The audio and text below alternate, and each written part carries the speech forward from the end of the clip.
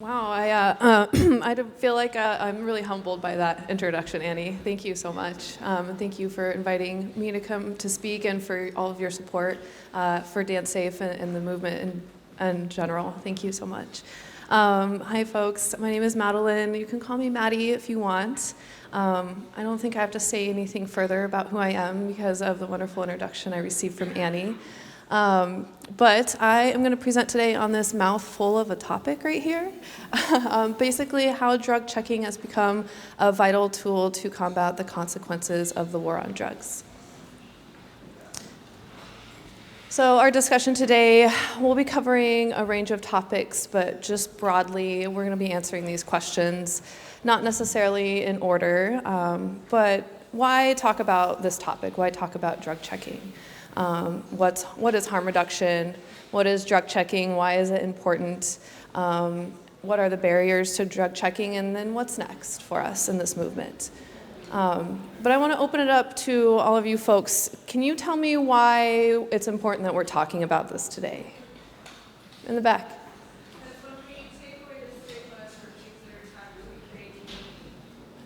Did you say? Could you say? Yes, beautiful. I love it. Anyone else want to chime in why this topic is important among all the other incredibly important topics that have been talked about today? Yes? If we're going to start talking about legal access, and we're talking about access inequalities and people seeking out these different spaces where they're not regulated, then this is going to continue to be important for those individuals and protecting the movement. Got it. Yeah, I love that. And that's really relevant for where we are here in Oakland and Denver, decriminalizing plant-based medicines.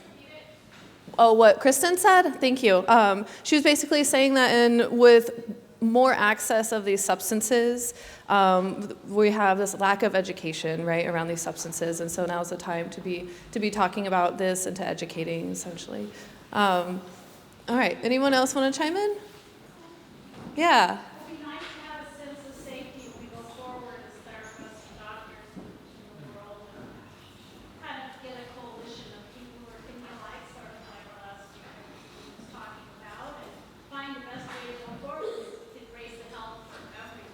Right, so best practices in moving forward while we are gaining more access to these substances. Good, thank you. So these are all really fantastic reasons. But I'm standing up here talking about drug checking, and why drug checking is even an important service is because of prohibition, our lovely friend.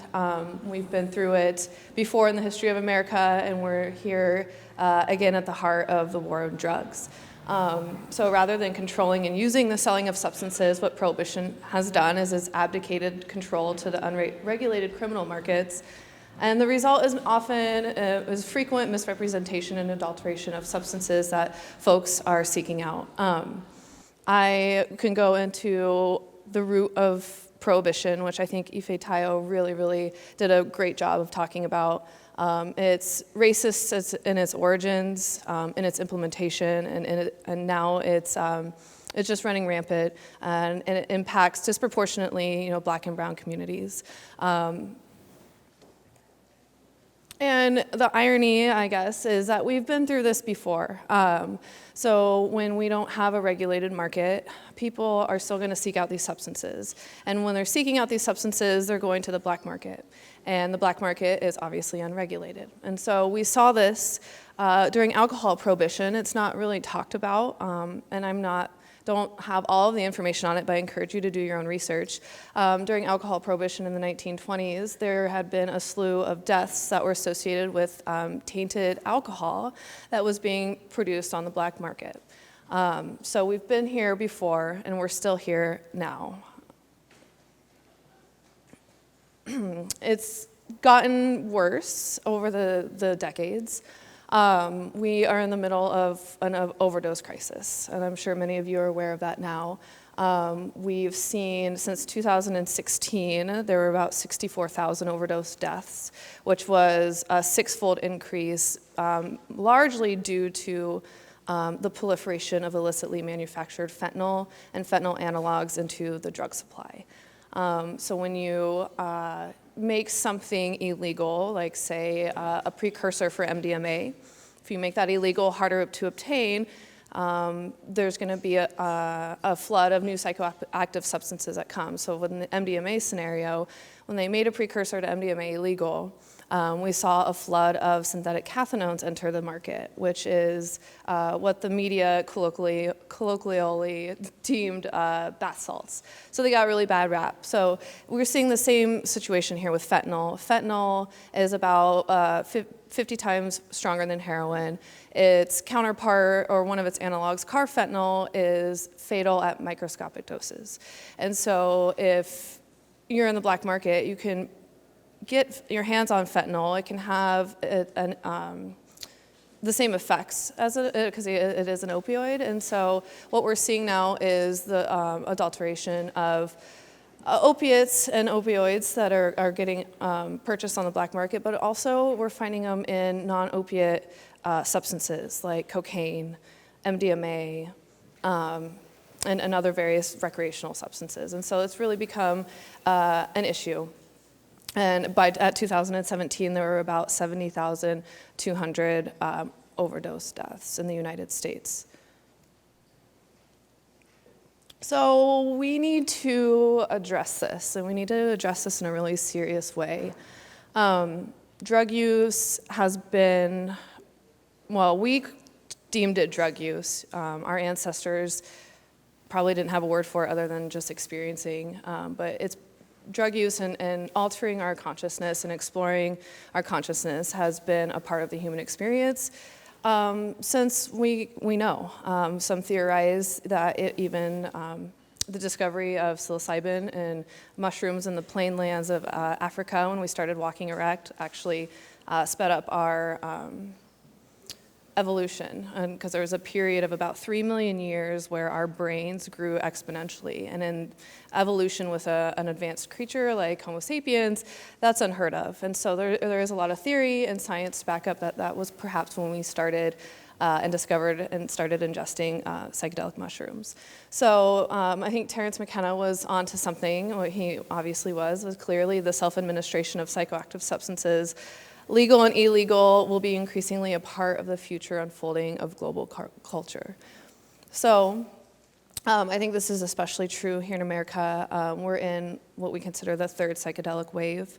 I think that there is a flood of either former psychedelic and drug users from the 60s and 70s who had stopped using and that are starting to be curious again about psychedelic use because it's now being framed as a medicine, as beneficial and therapeutic, which these substances certainly are. And then also a flood of new drug users, young individuals, young adults who are really curious and interested in these substances. And so there's so much more science now on this topic, and it's becoming less stigmatized. We have cities like Oakland, like Denver, that are decriminalizing, plant-based substances, and so there's this need, and so the people that are coming into it and who are curious and experimenting with these substances are again going to the black market. And they don't know what they're going to get. And so drug checking has always been vital, and it's, I think, even more important today, considering the state of our black market. So it sounds like a lot of you are familiar with the concept of harm reduction. I have an asterisk here because I want to talk a little bit about the language harm reduction. Kind of like what Joy was talking about last night. I'll get to that though. Just a basic rundown. The harm reduction is basically a philosophy that accepts the fact that drug use is always going to happen. And so it takes a health approach to drug use, a pragmatic approach. Europe is way ahead of us in this realm of policy. We here in America, we still criminalize drug use. So harm reduction says, well, instead of trying to eliminate drug use, let's approach it and reduce the harms that are inherent in drug use. It also recognizes that drug use occurs on a spectrum, right? And that abstinence, which is what our drug policies are based on, don't do drugs. The DARE program, just say no, highly ineffective. And in fact, there's science and data to back that up. So harm reduction approaches drug use on a spectrum, and it recognizes that abstinence isn't for everyone. And so it meets people where they're at. And that's really, really a vital component of harm reduction and in connecting with individuals who are seeking out harm reduction services. It also gives people who use drugs and people who inject drugs, it returns to them power over their circumstances, and it empowers them to take charge of their health, to find the autonomy, and just to have compassion for these individuals. It also addresses marginalization. So it recognizes that the reality of poverty, class, race, social isolation, past trauma, and sex-based discrimination are all contributing factors to how and why and what substances people decide to consume. And so it just takes a more holistic approach. Harm reduction is a product of the early 90s, specifically in 1990 in Liverpool, I believe, when HIV was starting to become prevalent and when folks were realizing that the dangers of sharing injection supplies. And so the term harm reduction was coined as this philosophy. And I have to give it to all the underground harm reduction organizations that existed before DanceSafe was even a thing, who were serving these more at-risk populations. So this by no means is something that DanceSafe spearheaded, and it had been going on in the underground for a very long time. But DanceSafe, being in a position of privilege, we've been discussing internally, and I know folks like Annie, and we have some Canadian counterparts too that have been discussing changing the harm reduction into risk reduction. Because if you think about what Joy was saying, the inherent in the word harm is that it's harmful to do drugs, right? And if it's harmful to do drugs, they're inherently bad for you. And so if we start to shift the way we talk about and think about this, I think it's going to help continue to break down the stigma around drug use in general. So there has been internal dialogue within DanceSafe and the more privileged community of changing harm reduction and instead saying risk reduction and benefit maximization, right? So it's not about, it's about positive health, and people seek out drug use and actually use drugs to make their lives better or to be able to cope better with whatever it is that they're dealing with. And so with a change in that, I think we'll be able to continue to break down the stigma. It just hasn't happened yet within our organization because for 20 years, we've been operating under the philosophy of harm reduction. It's going to take an entire overhaul of us making the switch. So that's why that asterisk is there, because I think it's important to continue this dialogue. And I know Annie is spearheading this dialogue as well with risk reduction.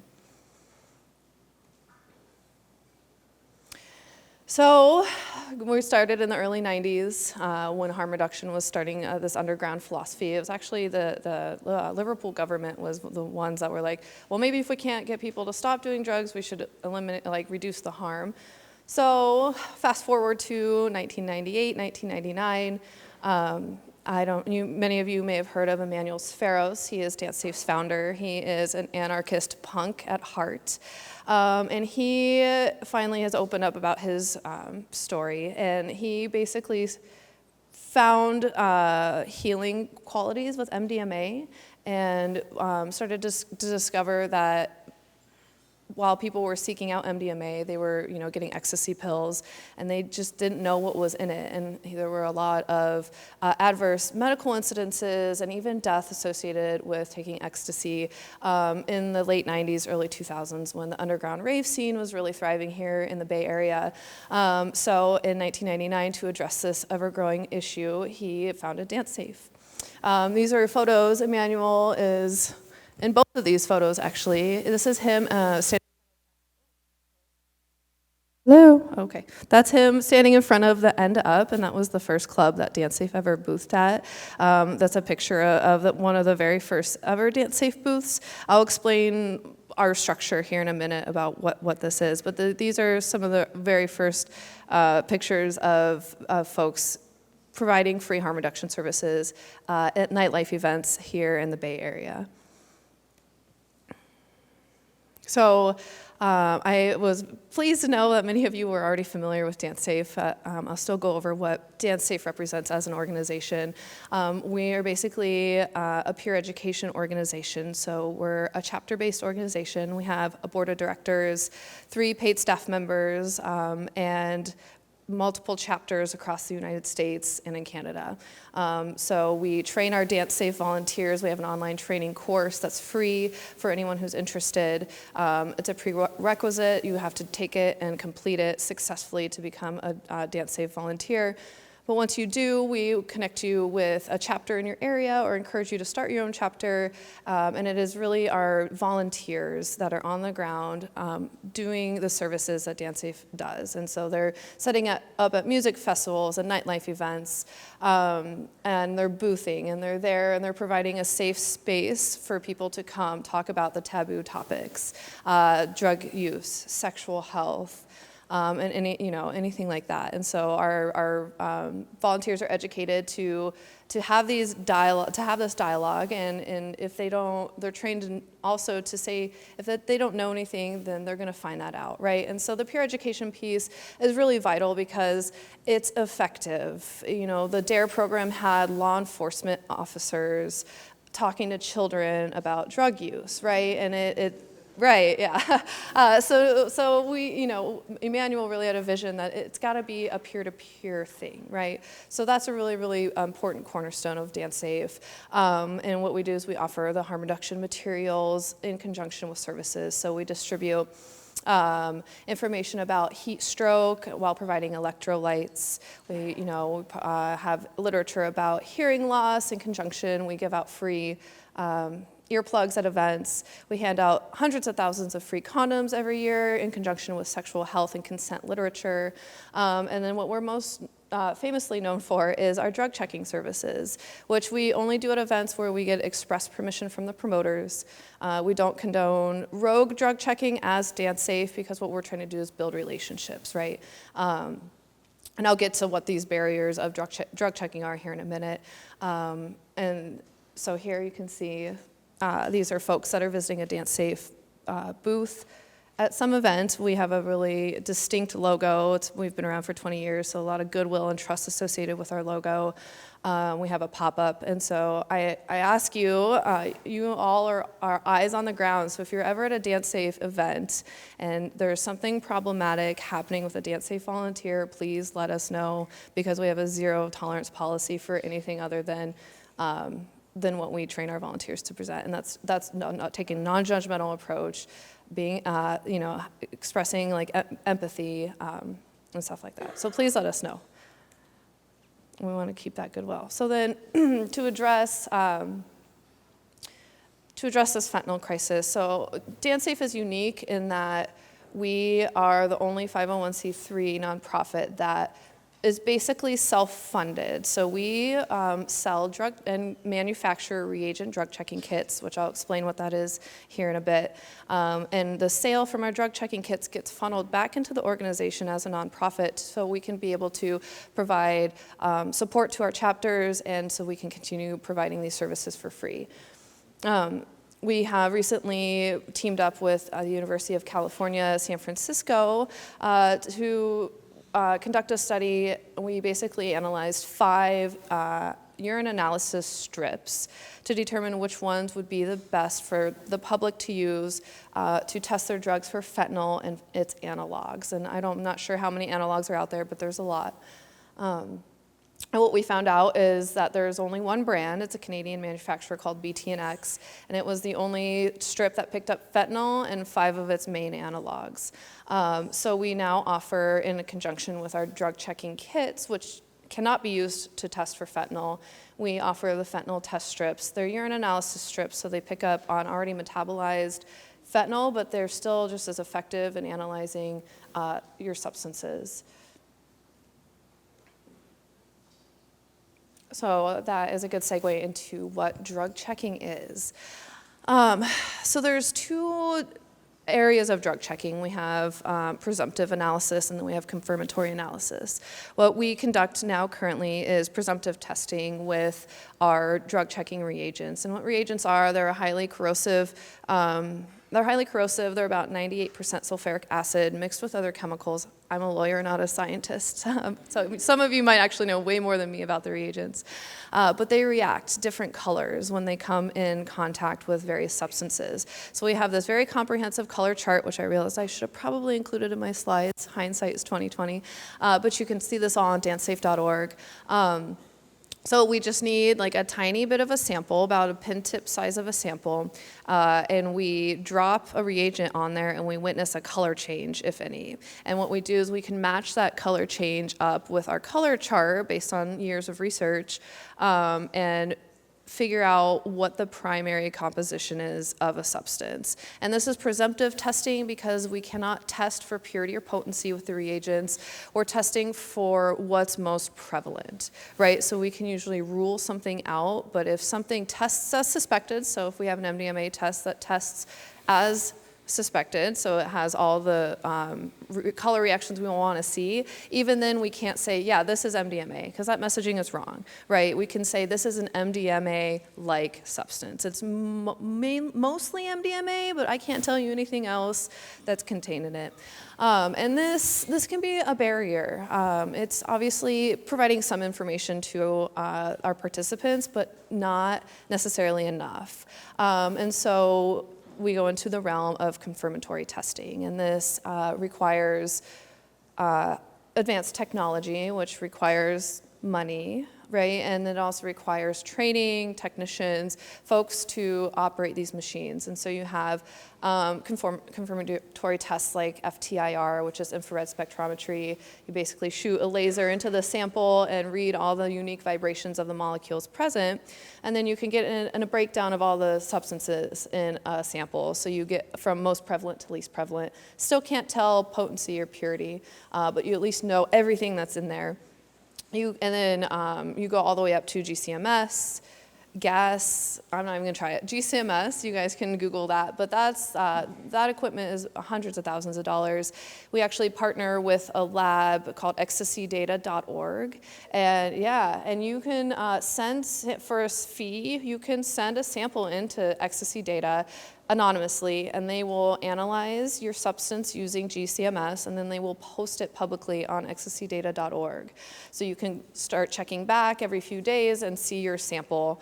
That is the most advanced drug checking that we have. That is not going to be in the picture for us for a very, very, very long time. But we are working towards more advanced technology, which I'll get to here in a bit. So we've addressed this. Obviously, drug checking saves lives, but that's not enough for politicians. It's getting to be enough for public health officials, finally. Insurance companies don't really care either, so people want data, right? We need hard numbers to show how drug checking is working and that it is effective in reducing adverse medical incidences. It prevents deaths. And it's really hard to measure this because what we have to do is we have to really operate in a very clandestine model, right? So we operate under what's called, when we are given express permission to drug check at an event, we're operating under what's called a plausible deniability model. So we don't have anything in writing so that if something did happen, if shit did hit the fan, DanceSafe would take the brunt of the liability instead of the promoters or the venue owners. And we cannot openly advertise our services, so it's all word of mouth advertising. If no one knows what DanceSafe is and they see our booth and our tent at an event, they're not going to know to come up and ask us to drug check. And so with our 20 years of goodwill, we do have a lot of people aware of what we do. So if you ever see DanceSafe at an event, come up and ask if we're offering drug checking. We very well may be. But we still operate under these barriers. And so we need hard facts to show that this is happening. We teamed up with the university, or Johns Hopkins University, gave them data that we collected, DanceSafe collected in a span of 5 years, I believe, that showed that people do actually change their behaviors when they receive a result from the drug checking that is different from what they expected, right?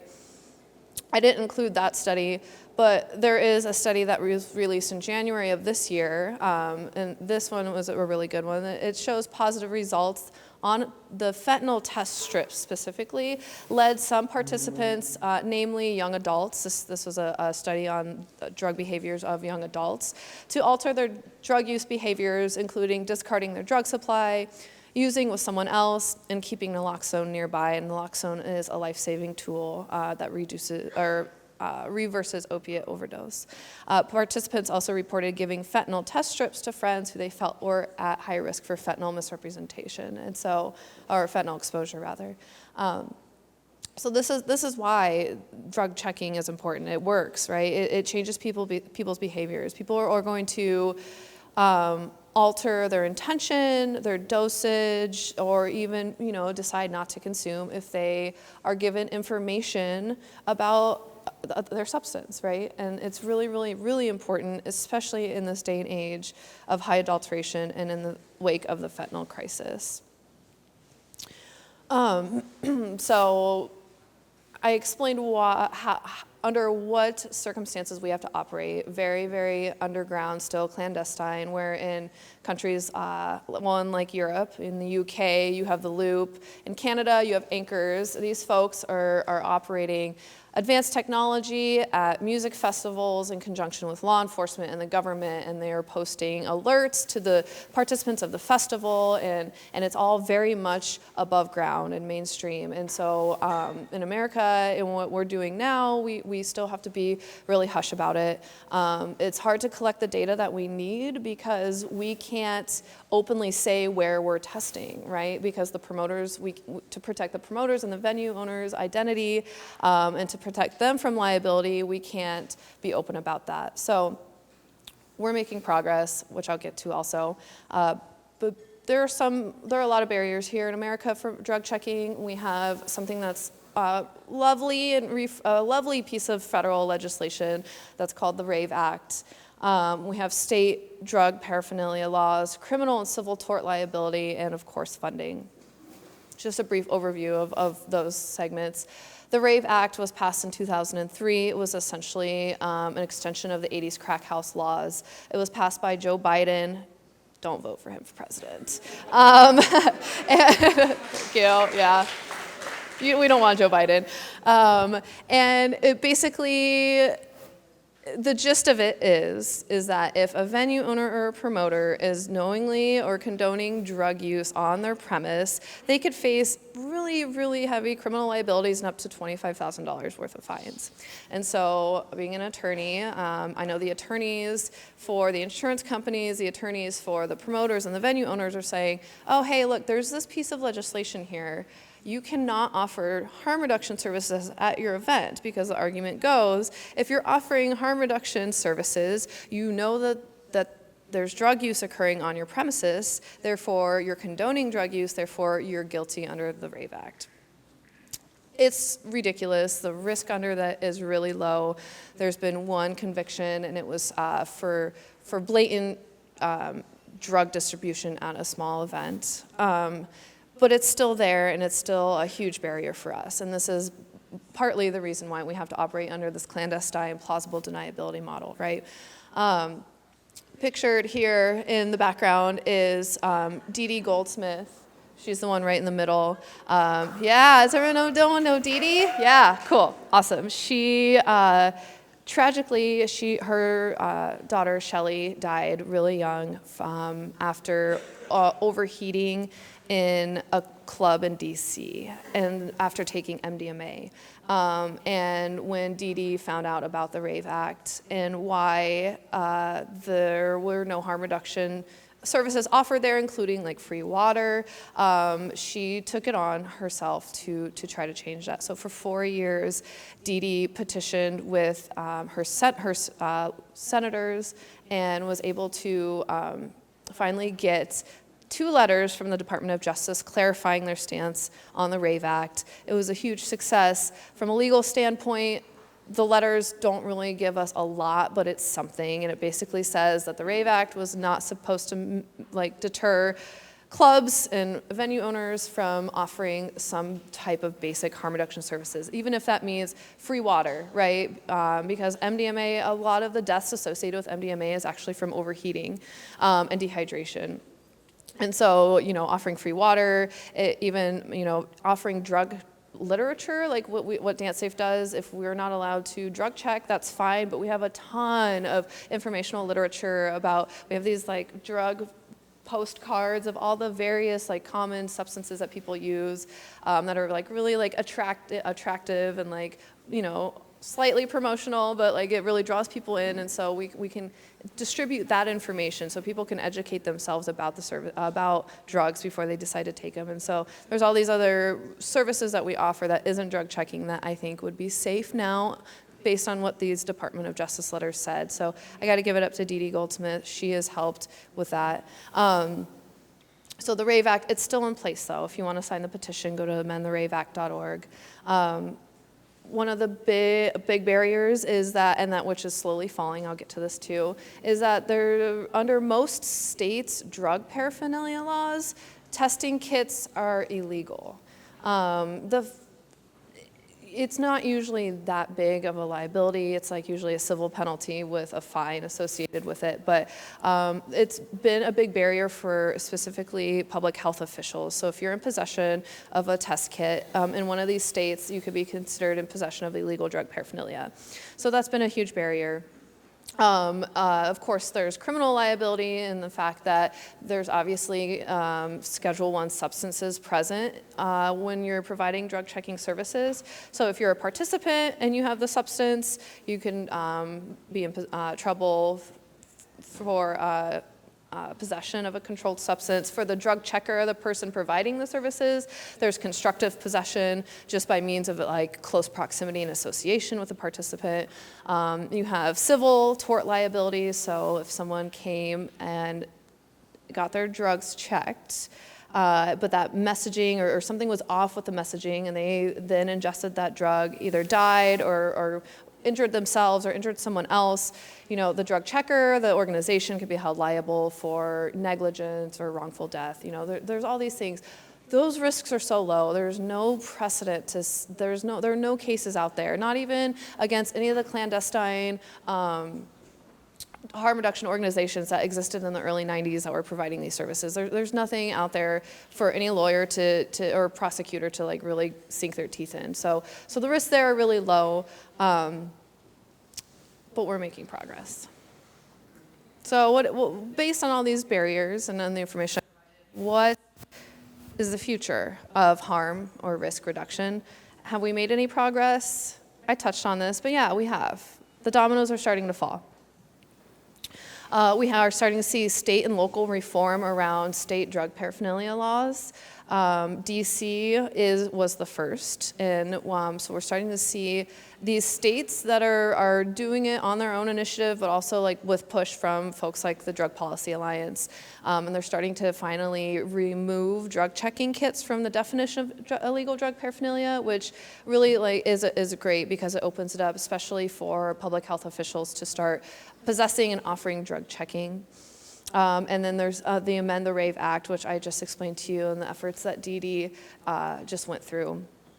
which is really exciting. And I should mention that Didi, after 4 years, after she successfully got those 2 letters from the Department of Justice, she stepped down and has officially handed the efforts over to DanceSafe. We have very limited capacity, but we do hope to keep these efforts going. Changing federal legislation is quite onerous, and so if you're interested in helping in any way, come find me and we can chat. So the states that have taken action to remove drug checking from their definition of drug, well, they're either removing there's a certain language, it's like testing and analysis. They're either removing that language from the definition of drug checking paraphernalia, or they're creating exceptions to it so that folks can possess, without fear of persecution, drug checking kits. Colorado just recently did it. Maryland, Minnesota, Illinois, Rhode Island. So we're starting to see these changes, right? And this is really, really important for access to drug checking services. There's a lot of public health officials and public health agencies within the states that recognize the importance of drug checking, but who are really skeptical to start offering these services, because of the classification of the drug checking kits. And so this is really starting to, if anything, it's making a stance that the states recognize the importance of drug checking as a public health tool.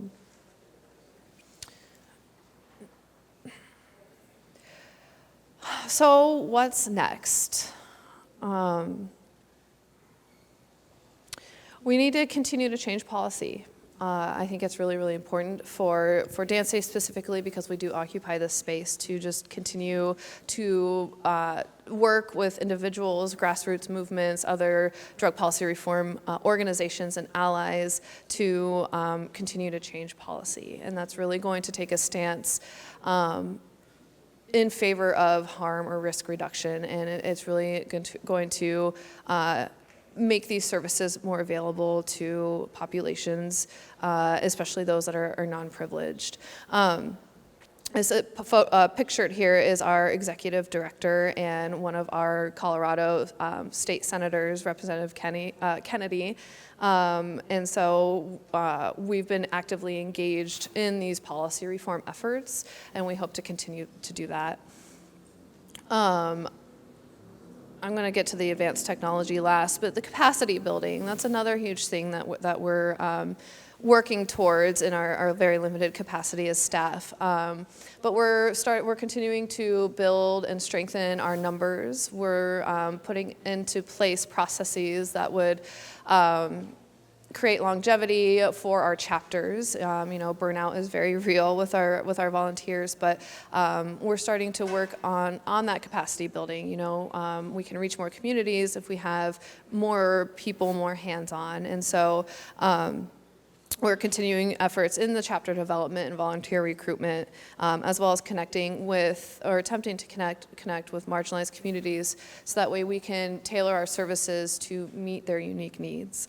And then finally, advancing our testing technology. The reagents are great. They can be purchased online and used. If you're privileged enough to be able to afford to purchase them online, they're really good and accessible. It's something that you can have at your home, something you can do yourself.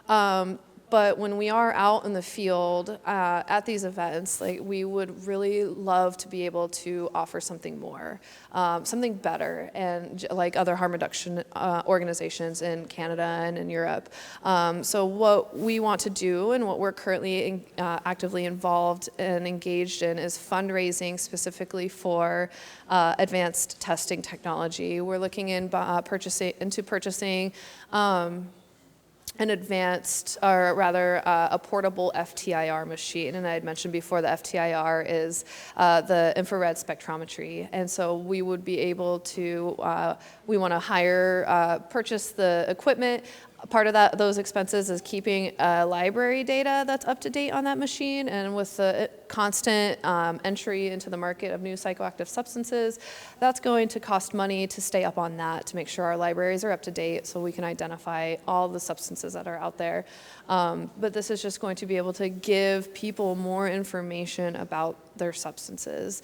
So we have currently raised $15,000 of a $50,000 goal. 20? Yeah.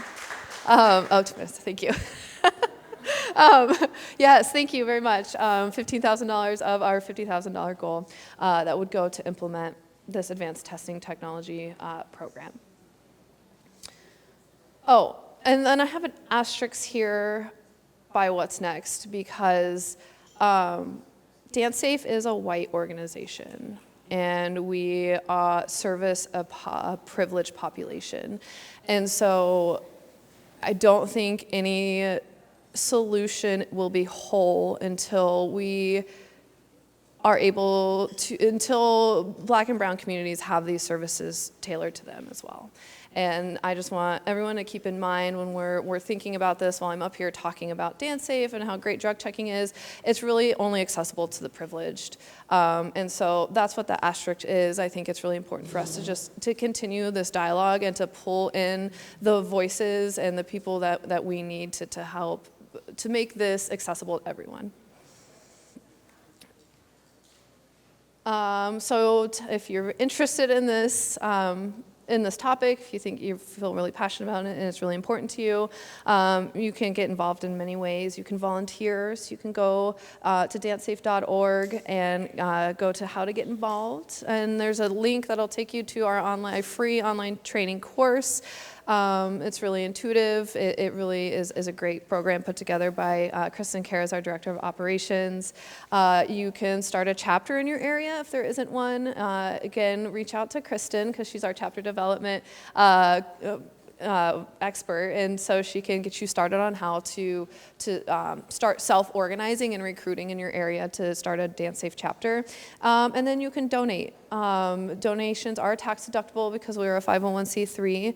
And if you're particularly interested in donating towards our advanced testing technology program, I'm going to show you my email last. Reach out to me so we can earmark your funds. If you go to dancesafe.org/donate, there's no way for us to know that you want your funds to be used towards the FTIR and its program. So